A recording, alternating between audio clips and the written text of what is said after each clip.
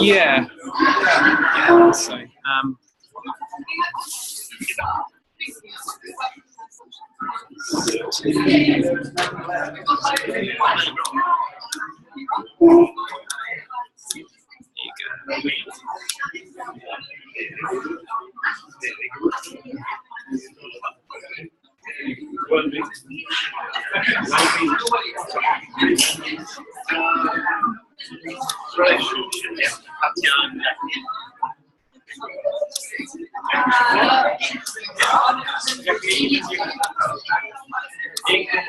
in the middle room.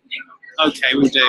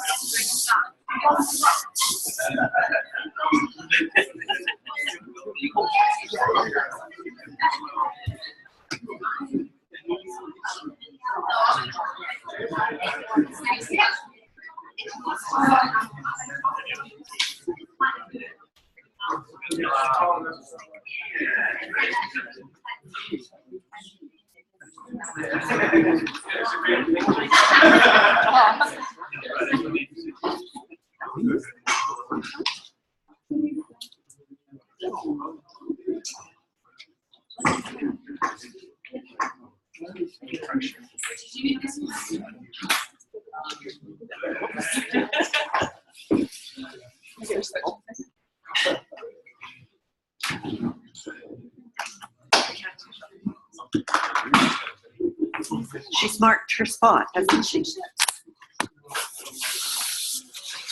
What you do in relationship with yourself?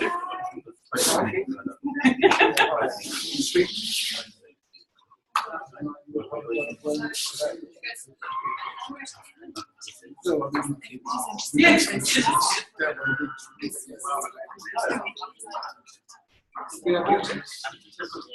How to generate money.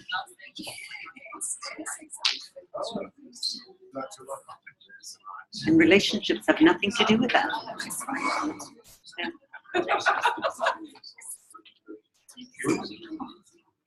Oh,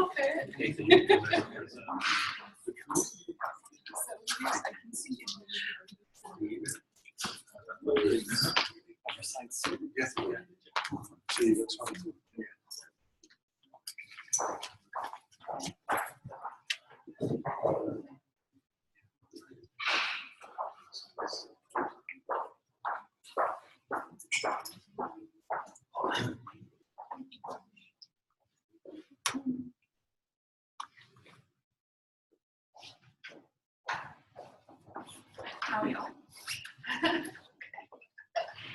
Well, I'm Katja. I'm Jacquie. I don't know how to follow this. Dickens' words were so clear, so touching, reminded me again of what I often don't know or don't respect, or don't know how to say this, but it's like I'm so quick in my relationships still to fall into old habits. And every single time I hear this is so clear and it's so touching, and I think it's very hopeful that when we're relating, we're already using this power. And as soon as we see something in somebody else,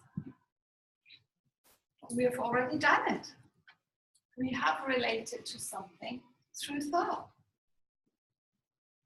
So it's never going to be a clear view as soon as we see something, until we feel this connection. That this connection is showing us, like he said, you know, the quality of the feeling, that there's actually no thought in that.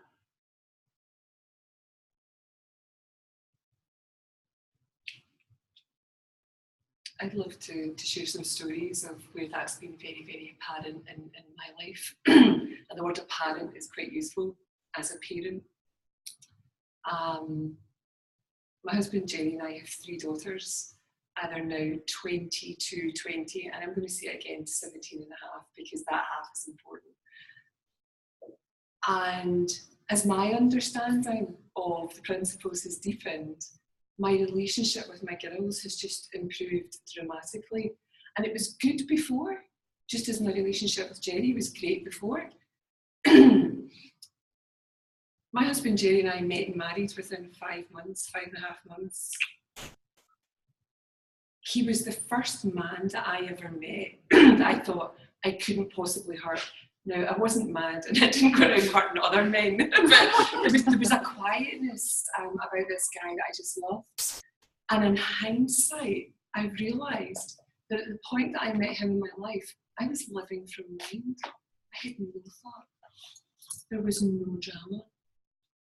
There was no, if he doesn't call me, that means this. If this doesn't happen, that means that. There was just him and I in the moment. So we met and married within, as I say, 5.5 months. And I can honestly say, as Jacquie was talking about, I just fall in love with this guy more every single day. Every single day. And I loved him when I married him, just in case any of you think I didn't love him when I married him. He lives in this space. He absolutely lives in this space of this understanding. Very calm, very collected. He has his illusions like the rest of us. Things that he doesn't see through. For example, the Scottish independence referendum. You just can't see through that. And that's cute. That is so cute. The way he slurps his tea is so cute. The way he snores at night time is so cute. In fact, we had a couple of weeks ago, he snored so loudly, I had no sleep whatsoever. So the next day I said to one of my daughters, I'm so tired. Dad snored all night. She said, did you tell him? I said, no, I didn't tell him. Because I didn't want him to feel guilty that he'd kept me awake. But she told him. Like, little madam. She thought she'd something over him. So one of the first insights that I got about my girls was my eldest daughter Megan, when she was growing up, had really, really bad eczema. So much so that we watched everything that she ate. We made sure she wasn't taking additives. She had a peanut allergy as well. And we really looked after her skin because the consultant physicians wanted us to use steroid creams and they thin the skin and they can cause scarring. We just didn't want any of that to happen with her at all. So Megan hits 18 years old and her boyfriend's tattooed from here to kingdom come. Lovely man, I must say.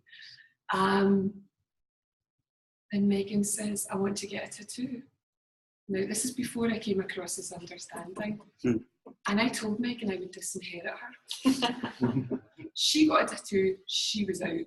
Nobody in our family had a tattoo, was not acceptable.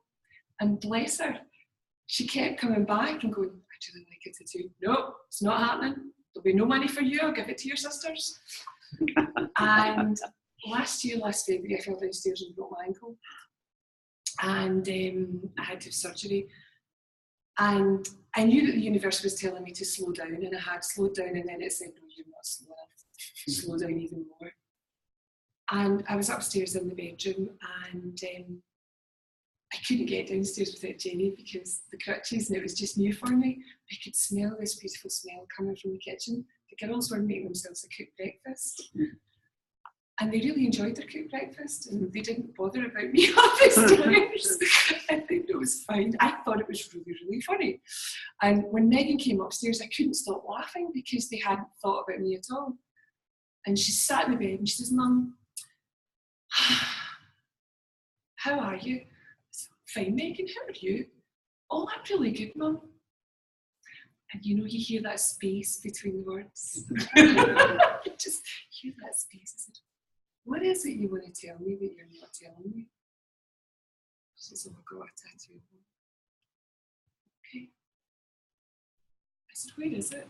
And she told me where it was. I said, that's great. It's in a place where your skin won't sag. You'll be fine. The two of us burst out laughing, and that was it. That was absolutely it. Moment passed. You know, what do? You know, she's an adult. Nothing to do with me. This is something she wanted. Her sister, Nikki, again, you know, feisty, tenacious character, just like her father, nothing like me. And she decided that she wanted to go away to Australia to see a boy, a man that she'd just met. And I had no thinking about it. Here was this 19-year-old wanting to go all the way over to Australia because she felt such a connection with this man. So she went over on holiday for 2 weeks, came back, had the time of her life, and as a result of that, she's going to go out and study in Perth, Australia next year as part of her university degree. There was no way on this earth I was going to get in her way. She wanted to have an adventure. Surely that's what our lives are about. Surely our lives are about having the greatest adventure we can possibly have. And if that's what I was saying about my life, how could I stop one of my daughters from experiencing that herself? So when Megan and Nikki went away to university, I was worried about Lauren. She was left on her own with her parents. I mean, it must be a nightmare for the youngest kid getting left with her parents. And we just got closer and closer because I'm not getting in her way. Lauren had the messiest bedroom on the planet, so much so that she created a path for you to get in and out of, you know, if you were going to go in. And I must admit, I was like that with her beforehand about the mess and the plates and everything that was going on. And then it just occurred to me just to go into her room, just to make her bed, just to tidy up her room, not to get in her way, and not even to mention it. And I think that was the biggest thing for me, not to mention it. You know, that it was a conditional thing, and it was, if I say that I've done this to tidied her room up, that she would feel, you know, indebted or whatever. It just didn't make any sense to me whatsoever. So she would make little quips like, oh, the bed making fairy's been in, Mum. You know, and it just thought, that's cute. After about 3 or 4 months of me doing that, she started to keep her room tidy. She started to do it herself. She saw it for herself. And this relationship just continued to get better and better. So much so that about 6 or 7 months ago, she was asked to go to an 18th birthday party. And you know, when kids are first allowed to have a drink, they all go a bit crazy. And this party was in Dundee, which is about 60 or 70 miles away from where we live in Edinburgh. And we got a call about an hour after all the girls had got there. And it was from the mum. Lauren was really drunk. She's really, really drunk. And Lauren doesn't drink. She hadn't eaten anything. She got excited and just got herself in a state. And the mum said, we're looking after her, but if you want us, you know, sort of, you want to come over, please come over. So Jerry and I just jumped in the car. I mean, Lauren was almost comatose. She was incoherent. She's an athlete. A couple of drinks and that was it. You know, she was just out of her game. And she was sharing a room with 2 of her friends. And the mum who owned the hotel said, look, Jerry and you can stay in that room overnight. And the other 2 wee girls that were in the room left the room. So every couple of hours, or I would turn Lauren over on her side and make sure she was in the recovery position. And I think I got to sleep about 4:30 in the morning. My daughter looks like a Disney princess, even when she's drunk. She was gorgeous. She was so serene. And all I could feel was love. All I could feel was gratitude that she was with friends and mothers who were caring for her. She could have been in a very, very dangerous situation, and she wasn't. And about 6:30 in the morning, Lauren woke up and she said, Morven, stop snoring. And Morven's not in the bedroom, it's Jerry and I. And my husband, Jenny, said, "It's me, it's your dad." And she sort of sat up in the bed and went, "Okay," lay back down, got back up again and said, "I'm confused." So we explained to her everything that had happened. Now here was a situation as a parent, we could have gone absolutely crazy with her. But we treated it lightly, with humour and love. And because the other parents saw us treating it with humour and love, her friends saw us treating it with humour and love, it wasn't an issue. And it's never ever happened again. So these are just sort of some little stories about my girls and about my family and my husband.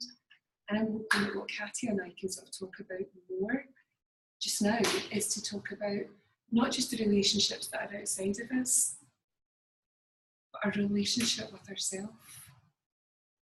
That's what I'd love to talk about a bit more, because I know that you've been on a journey with us. Yeah, first of all, I'm very touched by your stories, and it's really nice when you see things differently. And I've noticed that with my mum, things have become just, without having some spectacular insights or anything, but then things have just become so much easier. I used to tell her what she has to do and how she has to do it and all this sort of thing.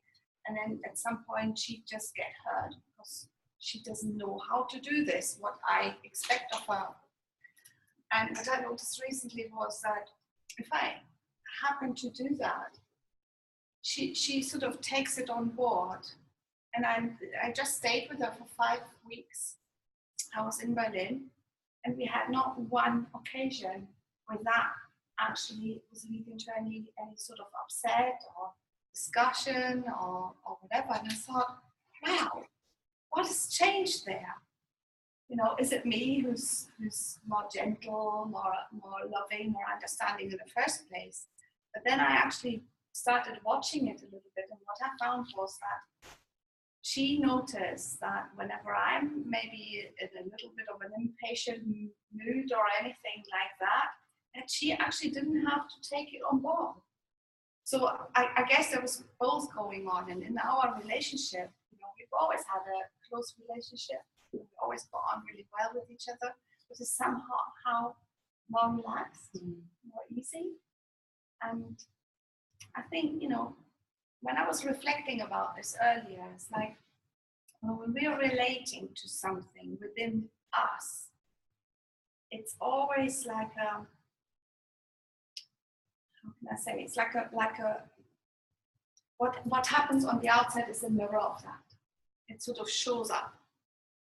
And I think that's the key thing, that when you're saying about the relationship with myself, when I'm relaxed, when I'm in a good place, all the relationships on the outside appear more relaxed and in a better place. So it's as if, you know, when I was reflecting earlier, I was thinking, well, how do you know? How do you actually know you're in a good place? Yourself. It shows up in the relationships.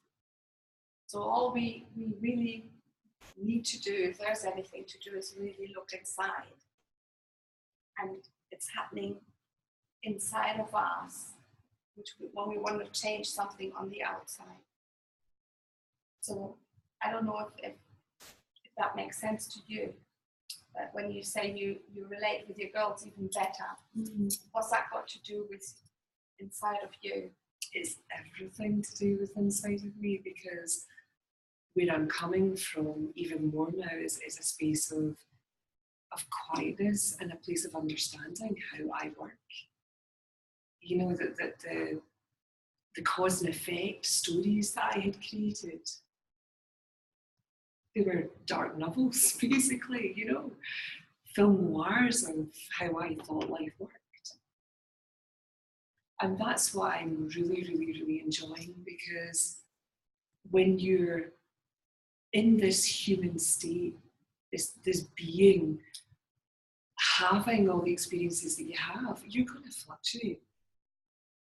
You know, and my kids can now see when I'm caught up in my thinking.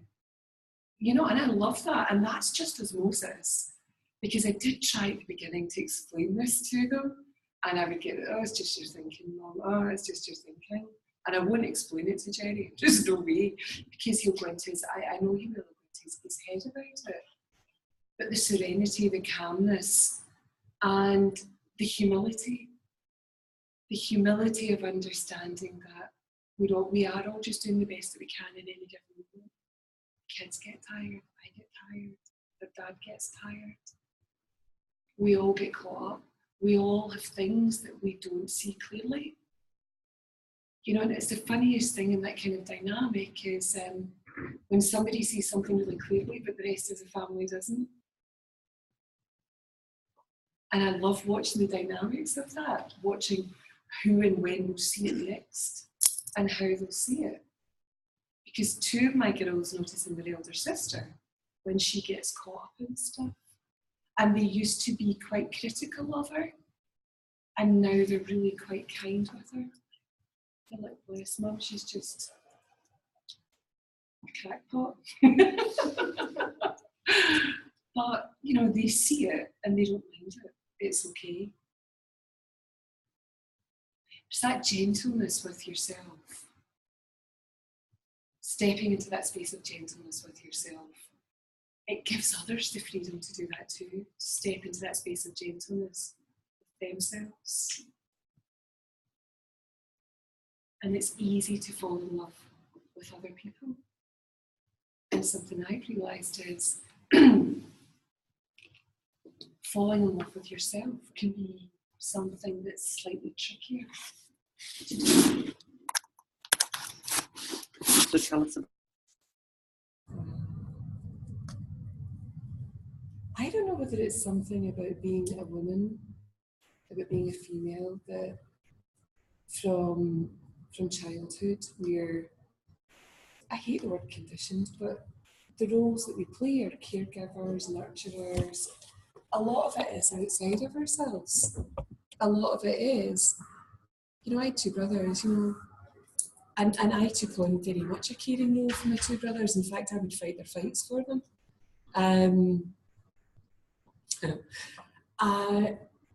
I just cared about them so much. And, you know, the profession that I went into was nursing, you know, and midwifery. And I only saw this the other day there, that through that nursing midwifery, I brought souls into this world, and I've been with souls when they're leaving this world. You know, and I've experienced that with my parents and my grandparents. And here's a story for you.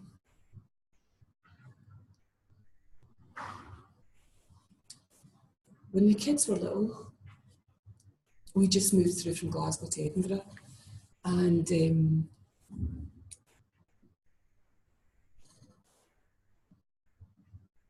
my father was diagnosed with cancer.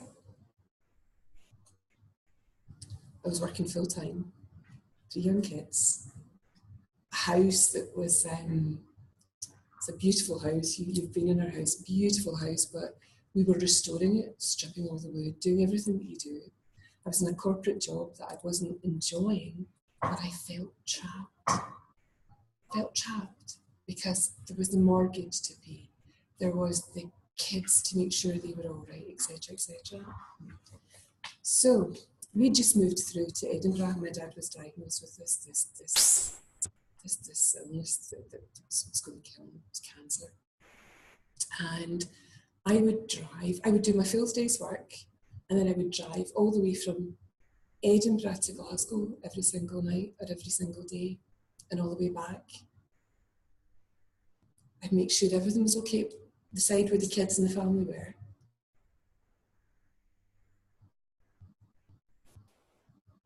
I'd cry all the way along the motorway.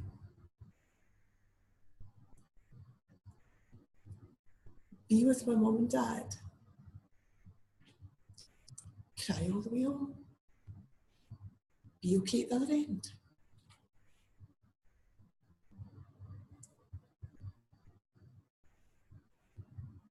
It's so easy to love outside. and where you have that compassion to care, you can easily forget about yourself. And I have been slim all of my life. You know, some people get burnt out and stressed. I just got fat. Because I wasn't nurturing me. I was giving every ounce of who I was to the people that I loved. So this notion of loving me and being in love with me is starting to happen. Accepting. And that's why I really, you know, there used to be a TV programme on, and it was called Mr. Ben. I don't know if many of you saw this TV programme called Mr. Ben, right? Mr. Ben used to go into this magical cupboard and he'd put on a different suit, then he'd go on and have an adventure. I got to the stage where I felt as though I'd tried on all the outfits and I'd had all the adventures, and the only person left for me to be was me. Oh my goodness, the relief in that. The relief in knowing that you don't have to wear anything else anymore. That all you've got is you. And my gosh, what a wonderful gift. Because during my journey, without realising it, I kind of lived in this space for the first 29 years of my life. I grew up, my parents lived in this space. And then, as I say, when my dad was dying, I just got lost, completely lost. And it's such a delight to be woken up by this understanding to yourself and to realise who you are. Because in that period where I was lost, I was working in the corporate sector and I didn't think it was okay to be me. So again, the disguise goes on and you become somebody else. And because you've become somebody else, you're thinking around that because you know it's not your true self. You know it's not who you are. It's not who you're meant to be. And it niggles and niggles and niggles. Sometimes it screams. But this niggled and niggled and niggled and niggled away at me for years. So I kind of feel like a Jack in the box has been released out of, the box. It's kind of like, oh my goodness, I can be me now. I can be this loving, compassionate person who I just want to be me. I don't want to be anybody else. If you like me, great. If you don't like me, that's okay too. I don't mind. But that's the way I feel about everybody, you know?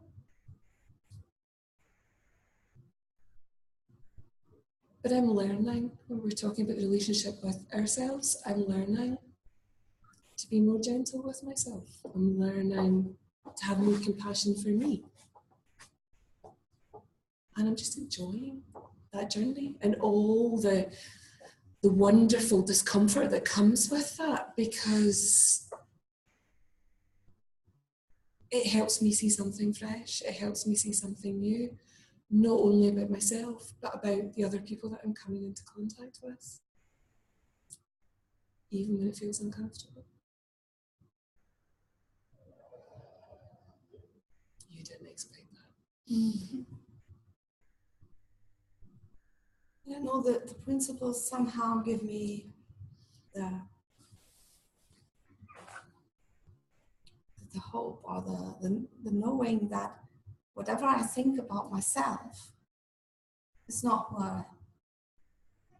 Whatever I experience, how I am, might be, for example, like, okay, how do I follow this now? How am I gonna relate to that? I don't need to. I can just step back and allow something that's fresh to come up in that place. you know, the rest of me, or how I am, or what I think, or what I believe, is all the made up stuff. It's the learned stuff. It's the stuff that's in the memory of who Katja is. And I mean, there's this like old journey of mine, you know, you have to find yourself first. It's like this sort of given task before you can actually have a functioning relationship, before you can actually be happy. You have to find yourself first. You have to know what you want and all this. I must say that through the last year, I've been going through a phase of sort of having to make up my mind what I want, I thought. And I actually got into trouble with that, because actually just very recently I realized it's not up to me.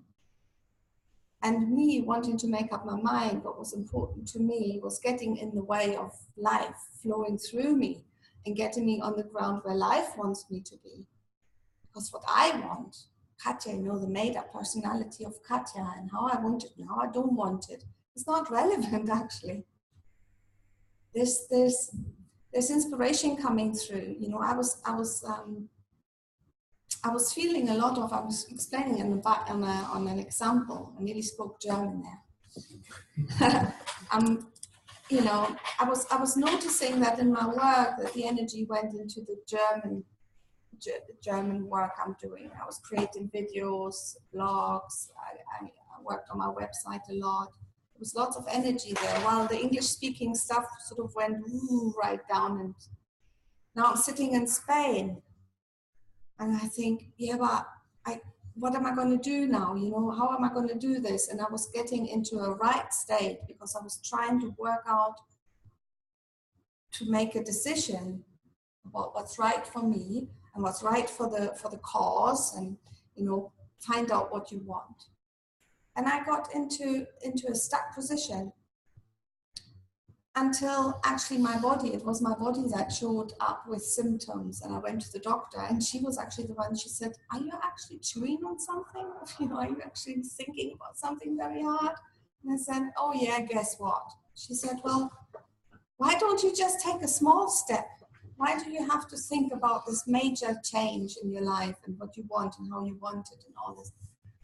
And that evening I came home and I just booked a flight just to go there for 5 weeks and see what it's like. So it was like I wanted to do this right. And it's like from the outside trying to control it. Well, really what I wanted was come through from the inside, and I'm not quite there yet, but I can see how it's unfolding now. And how I'm actually in a movement. And instantly when I was in movement, and I was in a flow again, I got my nice feeling back. Because as long as we are moving, we are sort of, you know, moment to moment getting a fresh thought, which creates the flow. And I don't need to be thinking then. I can just live what comes moment to moment. And I found that that's far more valuable for me than having to find myself or having to make up my mind what I want. It's more freeing myself of all of that that gets actually in the way of how life wants to unfold through me. And when I share with people, sometimes I say that this, what we're all after, this well-being, is somehow the side effect of that. You know, that we are getting this as a gift for following God's will comes to mind as a word, rather than what I want. And so for me, it's more that I don't need to find myself. I'm just allowing myself to be as good as I can, you know, until I start interfering again, wanting to control, wanting to, oh no, I don't want to go this way. No, I don't want to, but hang on, life's taken me that way. And it's a journey. So for me, it doesn't look like this is perfect, but it looks like far greater wisdom in that than trying to do it my way. I love that, Katja. When you think about how often we do try to force things to happen, and that's why I love some of the words that people use within this community. The word unfolding is such a beautiful, elegant word. And when you think about other times in your life, you've probably felt as though you were unraveling. You know, and the tension that exists within that word versus unfolding and just letting things become what they're going to become. You know, and there's beauty in something being perfectly imperfect. That when you just stop, you see that. I don't know if anybody wants to share something or... Just one thing that comes to mind is that what Dickens said so beautifully about that is the feeling, that when the feeling gets sticky and uncomfortable, then I know that I'm somehow clinging on to something again. And I might not always even know what it is, but I'm learning more and more to trust that there's some driver behind the seat, which I don't need to, don't need to tell him what to do. It's just happening, it's driving, and it's moving, and I just want to be in a movement, and then the feeling gets easier. Yes, please do give us your comments. You know, it never ceases to amaze me how we can be our own worst judges, critics. How we think that, well, we're kind of told, aren't we, that we should definitively know who we are. Yet, if we spent 100 lifetimes with them, yet we judge ourselves and we look back on our past and say, I didn't like how I was then, but actually I was always doing the best I could. Yeah. So we have it's not, what it is an ability, but it's not a good thing, but to really always, if we're feeling low, make a really big thing of ourselves. And I often see that we can be like hanging judges. You know what I mean by a hanging judge? Well, it was kind of a Wild West thing where a judge would come to town, and if you stole a sheep, hang it. You cross the road the wrong way, hang it. And we're kind of that judge for ourselves. But it's also a kangaroo court because there's no counsel for the defence. We're our own prosecutor, our own judge. And if we don't have enough evidence, what will we do? Make it up. Because we have that ability within us. And to know that we're doing that sometimes is really very powerful, because the only way a kangaroo court can't hurt you is if you don't go there. Just walk away. It's just, I heard so much, judgment and comparison, especially from you. And that's not the woman I know. I think you're wonderful. But we have the ability to really put ourselves down.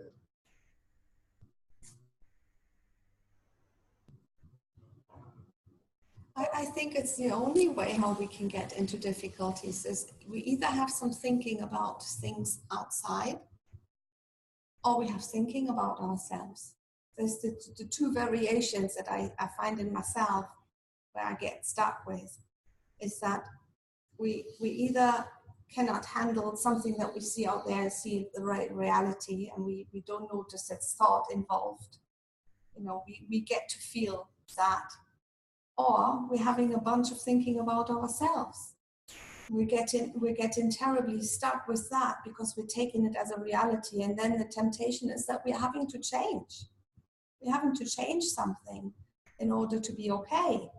So it's like we're building a wall inside of ourselves and trying to deal with that from there.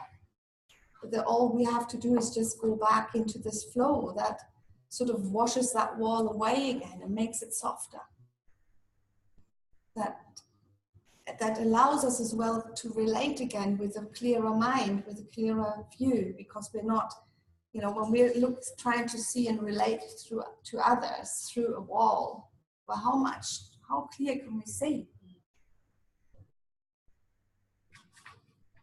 And that's what's wonderful about insight, and I spoke about this earlier on, that we don't always see the whole of the moon.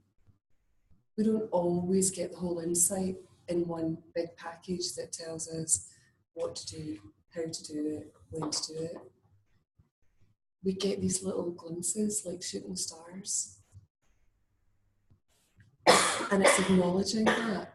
And I think there's a beauty in that. It's almost as if the universe is saying, this is all I want to give you just now. There might be a bit of a cosmic joke in it as well. This is all I want to give you just now because I think this is all you can handle. And that's the unfolding. But for me, that's also the trusting. That when you trust that and you're guided to move from that space, it's almost like you're rewarded with another little insight that says, okay, you did well. Here's another little thing to help you along the way. So again, that unfolding, that constant stepping on something, learning something new, this beautiful backup system that says, right, okay, you're doing fine, here's another bit, here's another bit. And just trusting that, and that's kind of where I am, but you know, it's a lovely space to be in.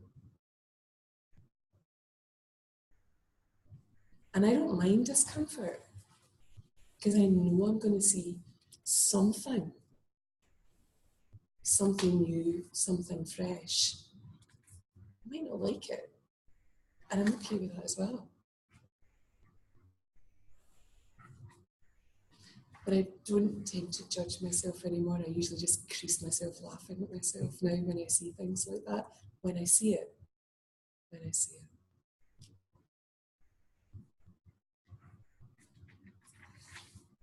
yeah.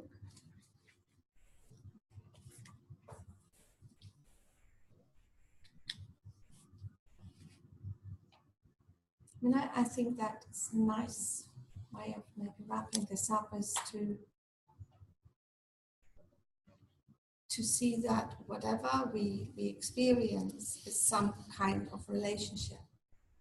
I mean, many of you know that my subject is also the body and the physical health, and the relationship that we have with that follows the same rules. The relationship with our other human beings, with money, with everything is following the same rules. And what I noticed then with colleagues and friends is that very often we have one of those subjects where we're doing really well. I've got one colleague, she does really well in her relationships, and she sees through her thinking, and she's got kids and a boyfriend, and she works with other people about relationships. But she had to sort of find her way through the money thing. But she was always like puzzled. Why is this different? This can't be different. It's the same way of seeing through something that's on our mind. And I find it helpful to see that everything we relate to, everything is the same. Seeing something from our position outside that looks like it's that, and then it isn't. Always the same.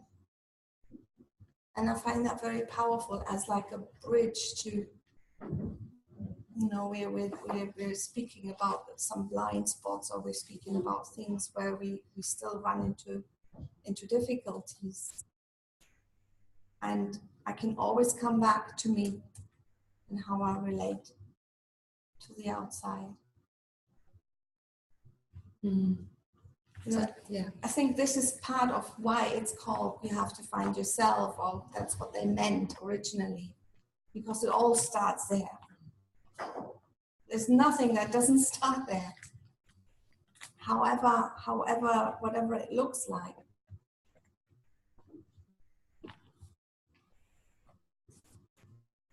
So the more that we understand ourselves, the more that we understand others. And everything we do is either from a space of love or a space of fear.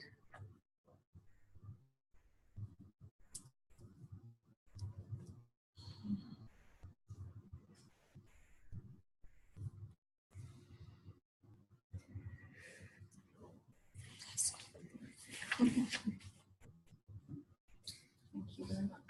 Thank you.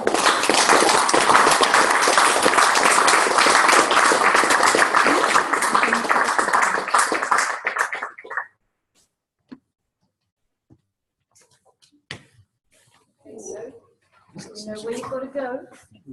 Do your seats. First one is a go back.